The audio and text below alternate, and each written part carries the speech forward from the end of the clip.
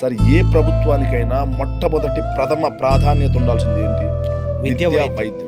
జగన్మోహన్ రెడ్డి గారు ఆ దిశగా అడుగులు వేసి విద్య నాడు నేడు ద్వారా మీరు చదువుకున్న బడి రేపు వెళ్ళి చూసినట్టు సంక్రాంతికి వెళ్ళి అత్యంత వెనుకబడిన ప్రాంతం ఆంధ్రప్రదేశ్ లో అనంతపురం అందరూ అంటారు కాదు, ఉదయగిరి ప్రాంతం అటు విసిరేసినట్టుగా ఉంది.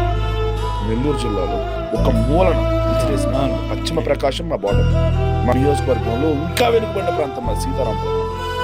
అలాంటి ప్రాంతం నుంచి వచ్చింది. అక్కడ స్కూల్స్లో నా చిన్నప్పుడు, నేను చిన్నప్పుడు గవర్నమెంట్ స్కూల్లో చాలా మంది 7th క్లాస్ 8th క్లాస్ అలాగే ఆడపిల్లలు స్కూల్స్ ఆపేస్తారు.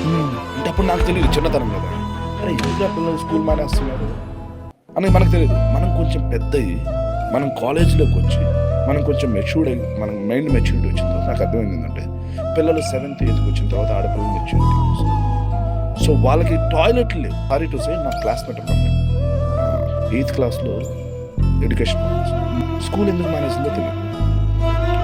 ఆఫ్టర్ ఆల్మోస్ట్ ఇది జరిగింది 2000 ఆ టైంలో. 2020 కోవిడ్లో నేను అమ్మాయి తెలుసు.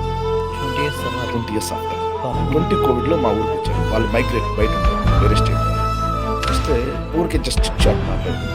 అది నువ్వు అప్పుడు ఎందుకు స్కూల్ మానేసావు? మా స్కూల్ చూడడానికి వెళ్ళి ఫస్ట్ వేవ్కి సెకండ్ వేవ్కి మధ్యలో బఫర్ చూడలేదు. మా స్కూల్ చూడడానికి వెళ్తే మా స్కూల్ అద్భుతంగా మారిపోయింది.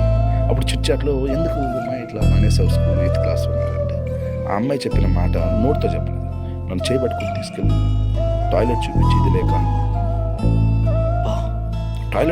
లేక అటువంటి వాళ్ళు చాలా మంది ఉన్నారు. సో నిజంగా జగన్మోహన్ రెడ్డి గారు దేవుడు దాకా ఏమవుతారండి అలాంటి వాళ్ళకి? ఆడపిల్లలు స్కూల్కి మానకూడదు పేద పిల్లలు అని చెప్పి శానిటరీ నాప్కిన్స్ కూడా ఒక తండ్రిలో ఆలోచించారు. సో అలా ఆలోచించి జగన్మోహన్ రెడ్డి గారు స్కూల్స్